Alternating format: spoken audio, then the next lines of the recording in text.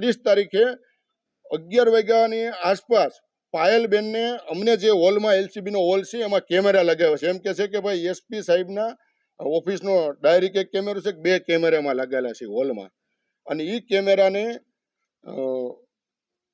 સામે જ અમે બેઠા હતા ત્રણેય, અને એની આગળ 10 થી 12 ફૂટમાં જેનો હોલ, એને હોલ પછી એની આખી ઓફિસ છે, ઓલી નાની એવી ઓફિસ છે, એમાં ટાઈપ કરતા. એમાં પાયલબેનને લઈ ગયા અને પાયલબેનને પટ્ટે મારતા હતા. એ પટ્ટાનો અવાજ અમે સાંભળેલો, પાયલબેન રડ્યા હતા.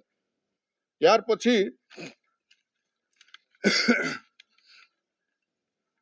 રિકન્સ્ટ્રક્શન માટે મને અને પાયલબેનને મારી ઓફિસે લઈ જાય છે પાછા, અને ઓફિસેથી મારા ઘરે લઈ જાય છે.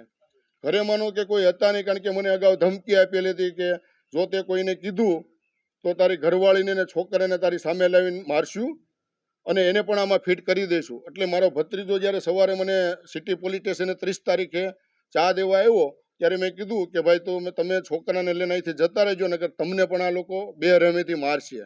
એટલે એ લોકો જતા રહેતા, એટલે ચાવી મગાવવામાં વાર લાગી હતી એવું બધું. એટલે પછી કે હાલો હવે એલસીબી પાછો લાવવામાં આવ્યા, અને પછી અમને કોર્ટમાં રજૂ કરવામાં આવેલા.